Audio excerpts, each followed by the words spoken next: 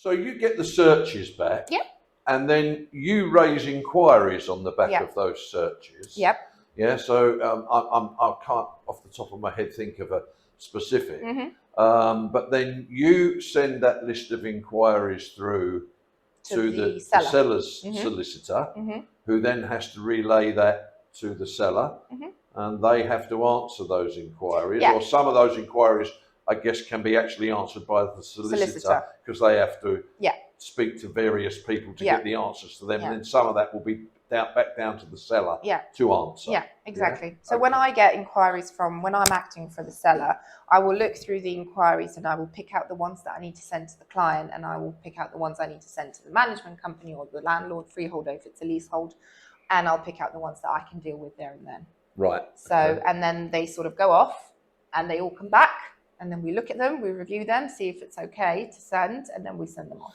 And how common is it that out of an inquiry comes back the answer, that then raises another 2 or 3 inquiries? Yeah, always. Give me an example. Let me think. We had something with... There was an issue where the property was being sold with a garage, and the seller has been using the garage but didn't actually know that they don't own the garage. Oh. But it's being sold with a garage. Right. So. And the garage belonged to what, the local authority? Yep.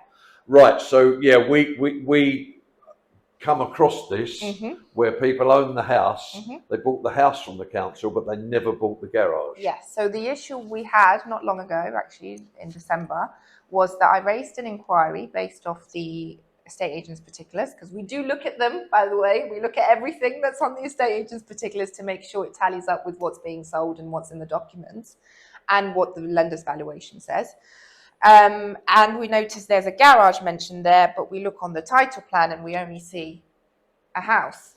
And then we say, okay, can you identify so this will be one of the inquiries I would raise. Can you please identify on the plan the location of the garage and whether it's within the red boundaries of the property?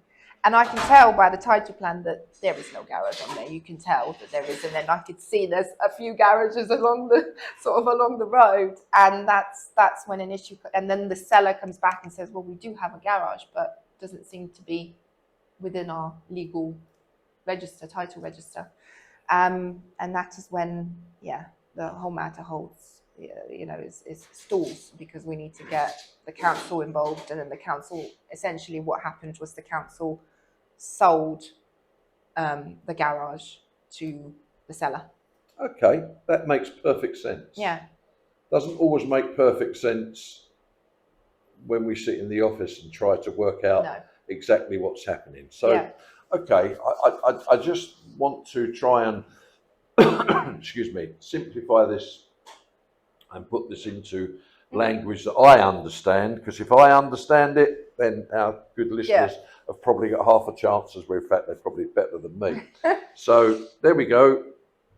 A first-time buyer buys a property, and that person that's selling it's an empty house. So we'll simplify it. There's no chain, because obviously chains are far more complex. So first-time buyers agree a price. They instruct you as the solicitor. You're acting on their behalf. So you request the searches from the owners of that property. Well, we request the searches from the provider. Usually firms use different providers for searches as well. That's another thing. Right. So you go to the solicitor.